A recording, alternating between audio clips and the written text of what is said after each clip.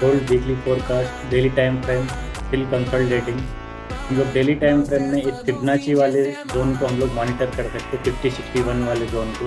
अगर प्राइस यहाँ पे आने के बाद में हमको H1 टाइम फ्रेम में अगर कुछ कंफर्मेशन दिखाता है तो हम लोग यहाँ से बुलिश कंटिन्यूशन देख सकते हैं।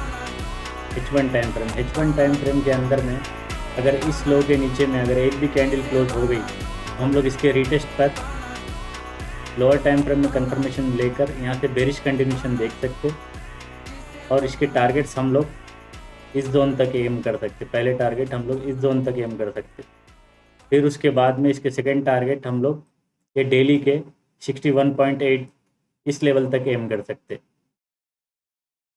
अगर ऐसा नहीं होता है, सिनारियो नंबर 2, अगर ऐसा नहीं होता है तो इस लो के नीचे में विक लगने के बाद में, इस लो के नीचे में विक लगने के बाद में कैंडल इस जोन के अंदर क्लोज होना चाहिए। अगर कैंडल इस जोन के अंदर में क्लोज होगी तो हम लोग यहाँ से बुलिश कंटिन्यूशन देख सकते हैं, और उसके पहले टारगेट हम लोग इस हाई तक एम कर सकते हैं।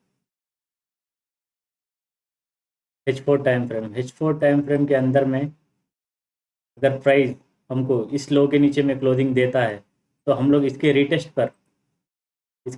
पर लोअर टाइम फ्रेम में कंफर्मेशन लेकर यहाँ से बेरिश कंटिन्यूशन देख सकते हैं, और इस फिबोनाची के जोन तक हम लोग टारगेट कर सकते हैं। N30 टाइम फ्रेम के अंदर में अगर इस हाई के ऊपर में कैंडल क्लोज हो जाती है तो हम लोग इसके रीटेस्ट पर यहाँ से बुलिश कंटिन्यूशन देख सकते हैं लोअर टाइम फ्रेम में कंफर्मेशन लेने के बाद में, और इसके टारगेट हम लोग पहले टारगेट इस हाई तक एम कर सकते हैं। सिनेरियो 2, अगर वैसा नहीं होता है तो इस लो के नीचे में कैंडल क्लोज होने के बाद में हम लोग इसके रीटेस्ट